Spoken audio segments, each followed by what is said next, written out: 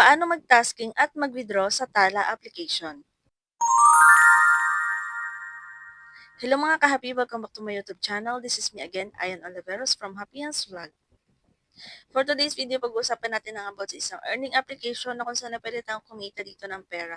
So, baguhan pa lang siya at alam naman natin na kapag baguhan ng mga application is may mga update pa yan mga B. Kaya habang bago pa yan, mag-join na rin kayo. So, dito po kasi meron po nag-comment about sa tasking ni Tala application at kung paano daw mag-withdraw. So ngayon, yan po yung pag-uusapan natin. Pero bago yan, ayan, eto nga po pala yung mga nabibigyan natin ng mga gifts and coins in Papa Live. Sila po yung mga nagjo-join sa ating mga pa-event. Ayan, pwede nyo ako follow sa aking Facebook page. May mga post po ako dyan. Pwede nyo pong basahin ng mga mechanics. At kung gusto nyo pong mag-join, ay pwede po dahil anyone can join. So basahin nyo lang at sundin ang mga mechanics. At sa mga baguhan po dyan sa aking YouTube channel na hindi pa nakasubscribe, ay mag-subscribe na po kayo para updated kayo kapag may mga video tutorial tayo at mga pag-giveaways. So, back to topic na po tayo. Ayan mga ka-happy, kapag na-download nyo na po ang Tala application, ayan, mag-login lang kayo. Pwedeng Google login, Facebook login, or by number. So, depende na po sa inyo kung ano po yung pipiliin nyo. Ang mahalaga po is maalala nyo at tandaan nyo po kung saan nyo inilogin yung inyong application.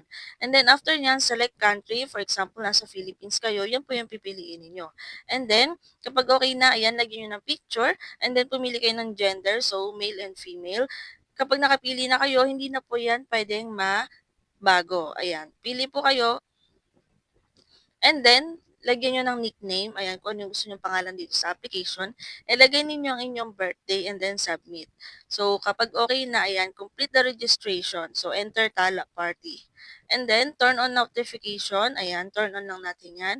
At may weekly sign-in po dito na kung saan ay nakakakuha or nakaka-receive tayo ng pa-coins galing kay Tala.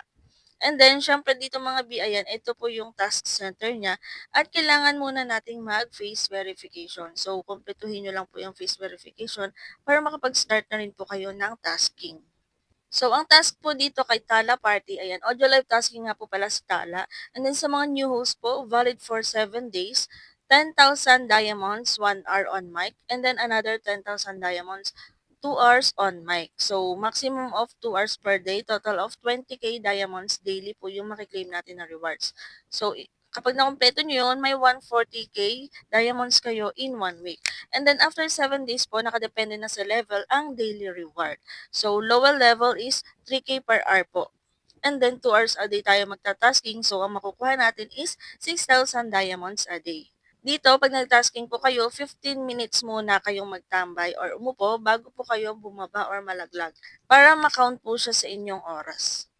And then, yung mga ways to earn po dito, ayan, syempre, lucky gift. Ayan, 70% gift share. And then, sa inviting, option na lang naman po. And then, may mga maa-unlock kayo na reward dito. Receive gift and spend in games. So, sa withdrawal naman is minimum of 1 million diamonds or $10 po yun. Self-withdraw and daily withdraw po dito kay Tala application. At sa mga gusto naman po mag-join sa agency namin, ilalagay ko na lang yung Facebook link ng agent namin dyan sa comment section para po i-message nyo siya kung gusto nyo mag-join sa kanyang agency. So ayun mga ka-happy, ayan, sipag tsaga diskarte lang naman po yung kailangan natin kahit saang application kayo mapunta. And then syempre kung may agency kayo na sinalihan, tambay-tambay di kayo sa kanilang party life.